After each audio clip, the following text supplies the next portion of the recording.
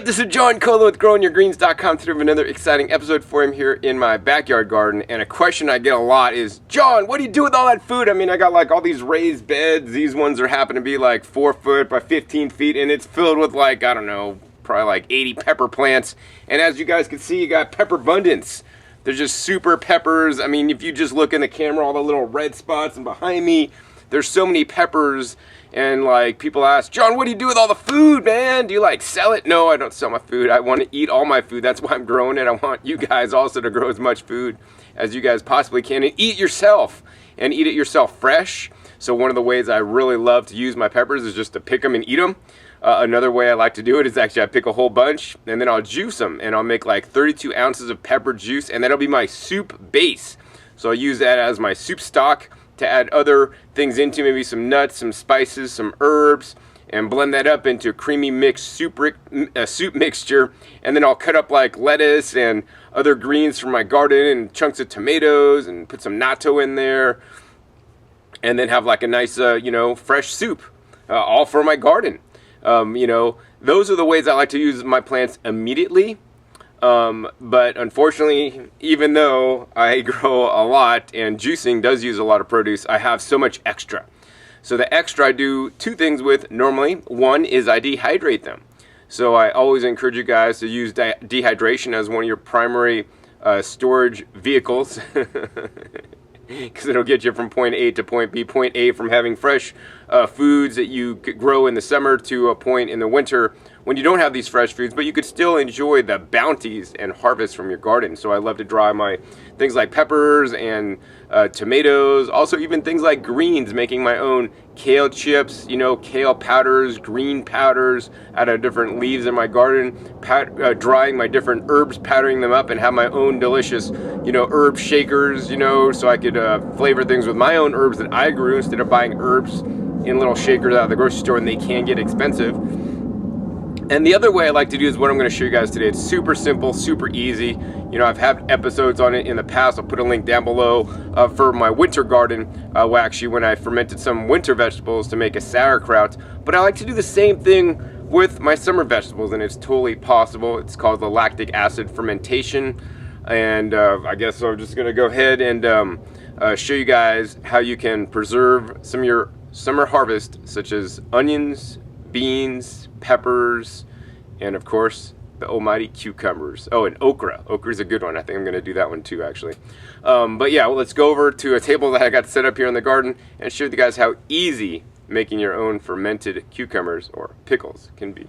So now I'm going to go ahead and show you guys how easy it is to ferment your own vegetables from your garden, or even if you don't have a garden, you buy them out the store, at home. Super simple, super easy. Here are some examples of what I did. This was ready in about 2 weeks. These are fermented peppers, mostly peppercini peppers in there. And these are fermented lemon cucumber halves that I cut and then fermented. And those were ready in about a week. So you leave them, out in a cool, dark place, or maybe on your countertop, for about a week. For the pickles, maybe 5 to 7 days. And like 2 weeks for the peppers, and they'll be ready. I mean, one of the favorite things that I used to have when I was a kid was pickled pepperoncinis, and I think it was Mezcala's, I don't know, starts with an M brand. And like, these are way better because I grew them and they're fresh. Most pickles that you buy that's sitting on the counter in a jar like this are basically heat processed, so you're losing a lot of the beneficial property of eating it in its live and natural state. Once a fermentation is completed and you've done that outside your fridge, then you're going to take off the top apparatus, which I'll show you in a minute, put a cap on it, and then put it in the fridge. It'll store easily for a half a year, although if your pickles are anywhere near as good as mine, they're not going to even last a month. Unfortunately, because man, these guys are so delicious. Anyways, to make your own pickles, super simple, super easy.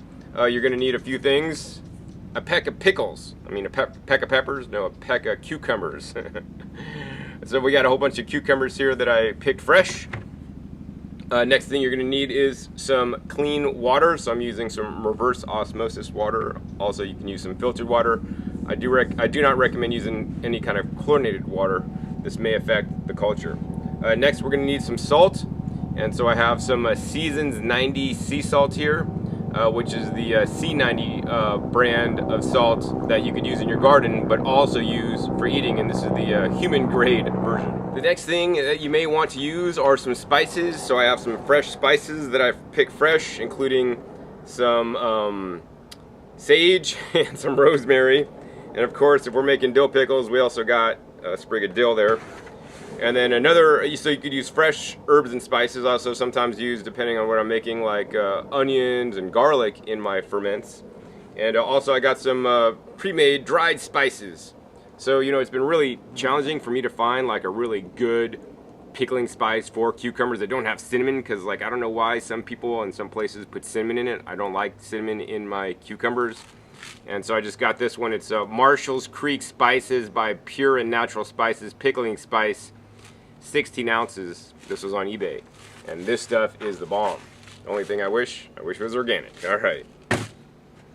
So those are the main ingredients you'll need, but you'll need two more things. Number one, you'll need a jar. So I like to use mason jars, right? And I like to use either like the smaller 32-ounce mason jar or the larger 64-ounce mason jar. I prefer the 64-ounce mason jar since you can do larger batches. And then the final thing you'll need is actually, you know, in my opinion, you should be using an airlock. So they have these little airlock things right here that basically you can get at a beer shop. So at my local beer shop, these are like $1.50, $1.25 each. And basically what this does, this allows the ferment to off gas but not let additional air in, because we want to have an oxygen deprived environment for the lactic acid bacteria to flourish. You know, if you just do this with a lid or like a cover set on top gently, you know, you have a much stronger and larger possibility of a chance of getting some kind of a negative or bad bacterial contamination. That's why I only recommend you guys using and fermenting in something with an airlock, such as my ceramic crock that I use to pickle or ferment my whole cabbages, or something like this. The problem is you can't just stick this into the mason jar. You need something else. So the first thing I looked into was this. This is actually called the recap, and this is meant to go on a mason jar, and then you could actually have a cap on it, and then you could actually drink out of your mason jar. Gulp, gulp, gulp. And then what you would do is you would go down to a local beer shop, and then you get, you know, also when you're there, you get a little cork stopper. And this cork stopper, or rubber stopper, would actually fit inside the recap just like that. And then you would put this in here like that. And, you know, if it was like this, that would probably work if there was no leakage. The problem I've seen with the recap, so I cannot actually recommend the recap. I bought like 20 of them, and they will not answer my emails, and you know, they leak, and they're defective design, and they need to change it. The problem is this seal at the bottom on my mason jars, like they just don't seal properly. Even if I like wrench it on really tight, it might have a small leak. And then I gotta use like, I have to get an oil filter wrench, man, to undo how tight I put them on. So these could also be challenged to get off. So I cannot recommend the recap, and do not encourage you guys to buy the recap until they fix their defective design, and minimally have good customer service to contact me to replace all the defective ones. Maybe I got a bad batch with better gaskets, you know, because I did like this option because it's really simple, easy. You go ahead and buy these online. You just go to the beer shop, get these two components, and you're going to be off to fermenting. So yes, no recaps. Even though they're made in the USA, they're garbage. All right, so the way I determined that would be even actually less expensive and more beneficial is this way. So I just went to like a local Walmart, got these plastic tops that go on the top of the mason jars, made by the same, you know, Ball or Mason company. And what I did was I drilled a hole in it in the middle, and then I got these little grommets. It's like Grommet and Oscar, no, Arthur and Grommet, Wally and Grommet. All right, so I got these little silicone grommets on eBay. So there's a grommet here that protects that hole right down the middle so that no additional air could get in. And then the inside of this does not have any kind of gasket either. So then I got these round gaskets also on eBay for really cheap, like in bulk, right? So then I made my own. So I drilled my own and made my own. They're way cheaper. You could buy these already pre-made, but they're going to charge you a bunch more than if you just buy the gaskets and buy the little grommets here and the plastic lids. So then once you have this, you could screw that on, and that has a good positive gasket there, and then you could put your airlock in there, And you know, now you're going to create a space where oxygen can't get in, but the, you know, CO2 coming out can actually bubble out of this guy. So I mean, that's what I recommend. Super simple, super easy. So next step is we just simply got to pack the pickles in the jar. You could just dump them in haphazardly, but then that would leave a lot of air space, air pockets, and I want to have as many pickles as I can fit in this jar. So I might get a little bit anal and just, you know, place one pickle in at a time and try to get them as close as I can. So we'll come back at you once I got them all in there. All right, so I got about, I don't know, 1 layer of pickles in there. We're gonna go ahead and drop in the herbs. I like to just drop in the herbs on the side there. And I like to keep them whole, you know, the flavor, the essence will actually just percolate out into the cucumbers. So now I got the fresh spices in there. I want to put some of these dried spices in there. So I mean, I don't know if there's any kind of measurement on how much you should put, but I just put a good solid sprinkle full to make sure my cucumbers have a really rich flavor like you're used to buying at the store. Now I want to let you guys know, you know, we got to get used to, you know, food tasting not what it tastes like at the store, because the food you buy at the store is like industrial processed food, and it's always made to taste consistent. Like, it's always going to taste this way. And, you know, especially when you grow things in your garden, it's going to taste better, and it's going to taste a little bit different, and it's not always going to taste the same. And this is just one of the spices of lives, you know, that I like to partake in. One of the spices of lives I do not like to take in is different girls. Lauren, I love you. All right, so let's go ahead and continue to pack the cucumbers in my jar. All right, so as you guys can see, I got my cucumbers packed in here, man. I really like to pack things in tight, except I don't like to pack in the fudge. But we're packing in the cucumbers as tight as we can for a few reasons. Number one, to fit more, but number two, so that when we do add the water, they don't float up to the top and get above the water line. This is very important. Now, if you're doing something like peppers, you know, I usually generally cut my peppers in half to ferment them, and then I'll use like a little weight on the top of this jar. And what I find works pretty well is like a smaller, I think it's like an 8-ounce mason jar standard lid that'll actually fit into this wide lid, and I use that to weight my things down, which is also available locally. They do have glass weights and ceramic weights that can cost you a bunch of money, but I just use some jars that I fill up with water. We're gonna go ahead and put this last cucumber in here and shove it in so it's like super tight, and all these cucumbers can't rise up. Look at that. Whoop, losing my spices, forgot about those. All right. But yeah, anyways, the cucumbers won't fall out now. Add a few more spices there. Let's see if we could like fit one more cucumber in there really tightly. All right, get down. All right, so I think we got all my cucumbers except one. I've planned that fairly well. Next, one of the most important steps is to create the proper brine solution. So to do this, what you're gonna wanna do is you're gonna wanna put, the water with the proper amount of salt. Now I'm using about a 3.5% salt ratio. So I got about 1 liter of water to about 36 grams of the salt here. We're gonna go ahead and pour that in and stir it up. So we're gonna kind of get all that salt dissolved in there to the best of my ability.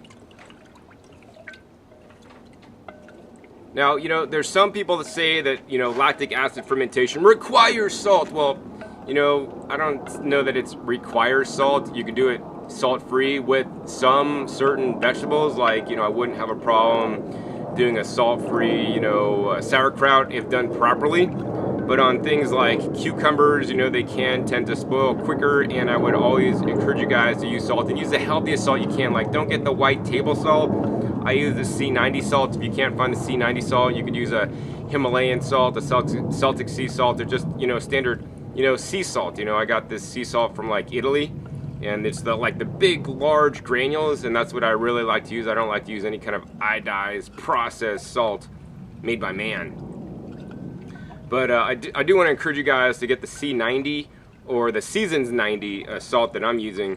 You know, I like that the best because it has, you know, trace minerals that are good for us, also good for your garden. So it's kind of cool. You know, I really like to use fertilizers that you could actually eat. And I know some of you guys still are using manures, and I wouldn't eat manure, but I would eat rock dust. All right. All right, so we got that pretty well mixed up.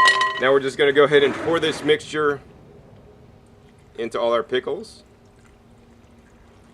And we want to make sure that this is completely covered up to the top.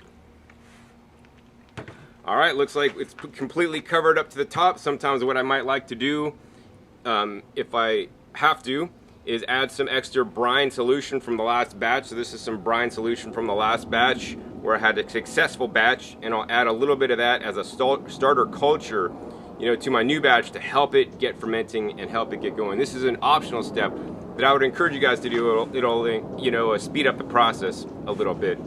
I guess the last step is to just put your cap on. So once again, we make sure we got that gasket in there. We're gonna go ahead and screw this guy in. Make sure it's nice and tight. And we got a nice gasket seal so there's no air leaks in there. And then it's very important to put water in the airlock up to the fill line. There's the bottom line, there's 2 lines. And we just got that in there, then we're just gonna go ahead and put the lid on. And we're gonna go ahead and set this in a cool, dark place. So I like to do it like usually in a cupboard would be the best. You can put it on your kitchen counter, but I like to kind of keep it in the dark and let this ferment. And occasionally, depending on where you live, you're gonna have to make sure that there's still water in here. You don't want the water to run out. That's very important, or this is not gonna operate correctly. And you just leave this out for a couple, 7 days, 5 to 7 days, depending on your temperature, your climate, where you live. And then you're gonna have some pickles. You're gonna take this top off, seal it with a lid, put it in your fridge. It'll store easily for the next 6 months to get to the following season when you're able again to eat fresh fruits and vegetables at your garden. I really hope you guys enjoyed this episode learning how to make the pickles. I can't wait to have these little pickles. I've been snacking on my other pickles. They are amazing. And I want to encourage you guys, nothing is better than food you can grow and process yourself. I want you guys to get away from eating processed foods, things that are already made for you in the store.